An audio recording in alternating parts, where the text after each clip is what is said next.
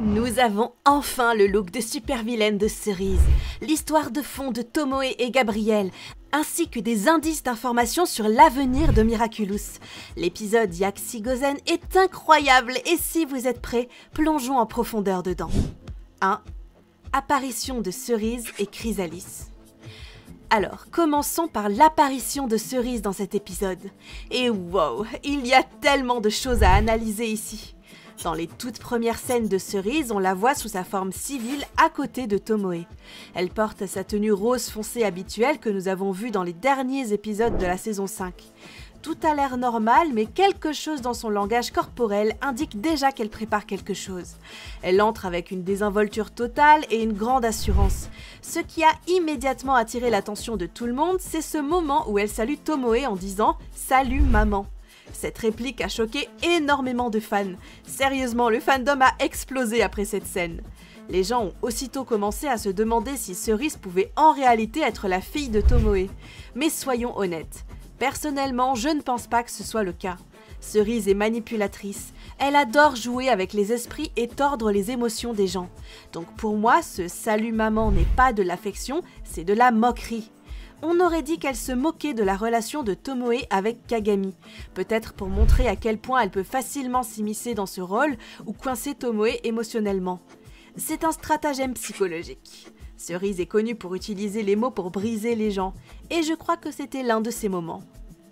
Puis on passe à une autre scène iconique, parce qu'on voit sa scène de transformation, là où Cerise devient enfin Chrysalis, la nouvelle détentrice du Miraculous du papillon. De mon point de vue, cette transformation ressemble à l'évolution parfaite de ce que Papillon était autrefois. Le design de son costume est tranchant, pur et dangereux à la fois. Les lignes violettes lumineuses et ses antennes façon papillon la rendent à la fois belle et terrifiante. Ses cheveux gris lui donnent une allure spectrale, presque sans âme, comme si elle était désormais complètement détachée de ses émotions. Il est certain qu'elle n'agit pas comme une copie de Gabriel, c'est sa propre version de la vilaine, plus douée et imprévisible. Lorsqu'elle apparaît près de Tomoe, on sent la différence de pouvoir. Tomoe paraît loyale, mais Cerise donne l'impression de la tester. Et personnellement, j'adore cette dynamique. Ce n'est pas une relation de chef et servante, ce sont deux personnes qui jouent toutes les deux à être aux commandes, et cette tension rend chaque scène entre elles encore plus palpitante. Je veux aussi souligner que je suis très contente de voir Cerise à la fois en civile et en super vilaine. En fait, attendre son apparition jusqu'à la saison suivante aurait été trop long, donc je pense que les producteurs ont bien fait. Mais bien sûr, comme toujours, je me demande ce que vous en pensez. Vous aider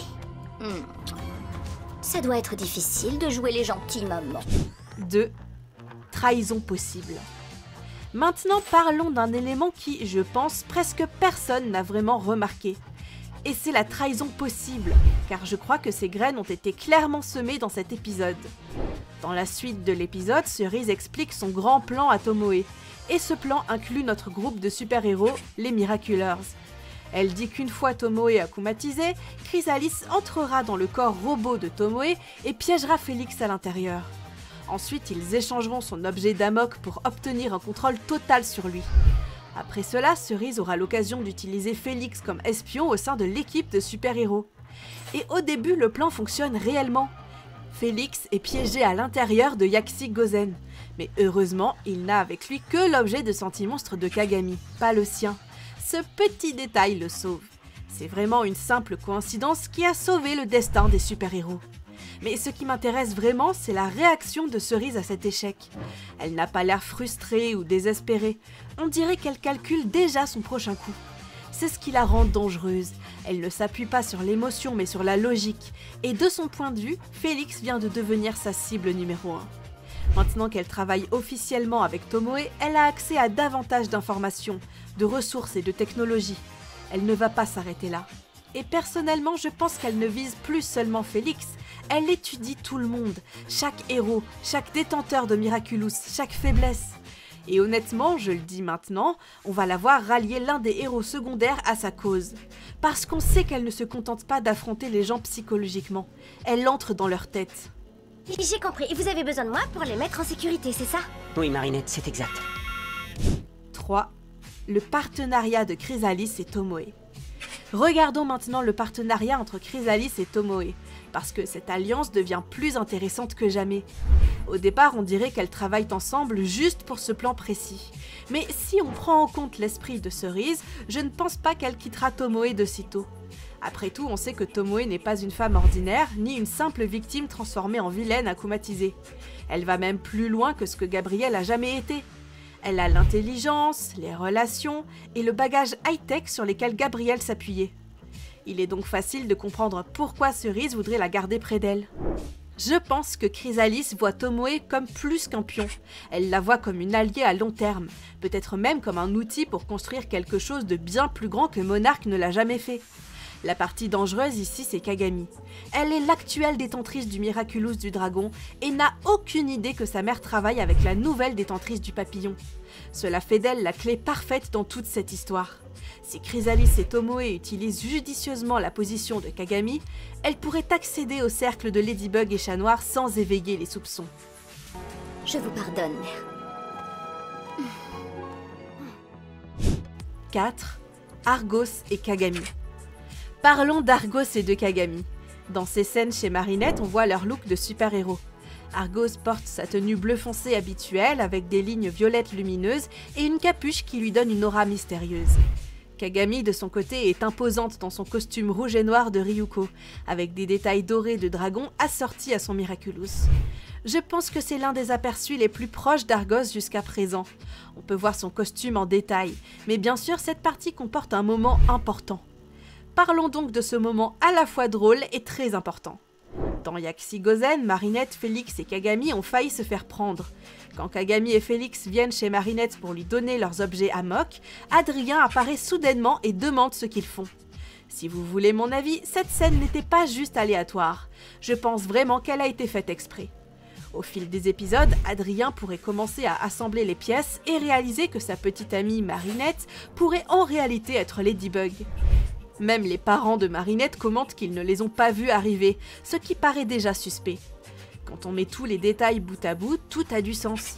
Marinette, Félix et Kagami cherchaient clairement les objets de Sentimonstre et Adrien est déjà au courant de leur existence. Si Cerise dit un jour la vérité à Adrien, il ne lui serait pas difficile de tout relier.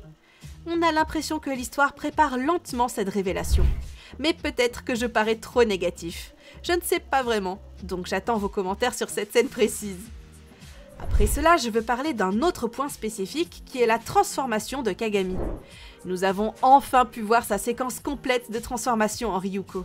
Après que Tomoe ait trouvé Kagami chez Marinette et que le chaos a éclaté parmi les héros, Kagami s'est transformée sur place. Je me souviens encore de sa première transformation dans Ikari Gozen. Elle était super courte et ne montrait pas vraiment à quel point elle est puissante ou gracieuse. Mais dans cette nouvelle version, elle est incroyable. Elle change d'abord ses cheveux, puis ses bras, et enfin tout son corps. Après l'apparition de son épée, elle prend sa pose finale. Tout dans cette séquence respire l'iconique et la force, et cela donne enfin à Ryuko la mise en avant qu'elle mérite. Mais il y a une chose qui m'a vraiment déconcertée. Pourquoi s'est-elle transformée en public ? D'accord, peut-être que Cerise et Tomoe connaissaient déjà son identité de super-héroïne, mais ça n'a toujours pas de sens. N'importe qui à Paris aurait pu voir ce moment. Si quelqu'un avec de mauvaises intentions l'avait aperçue, il aurait pu facilement la cibler ou essayer de voler son Miraculous. C'est un choix étrange et j'espère que la série nous donnera plus tard une explication. Toujours pas ce que vous faites là? 5.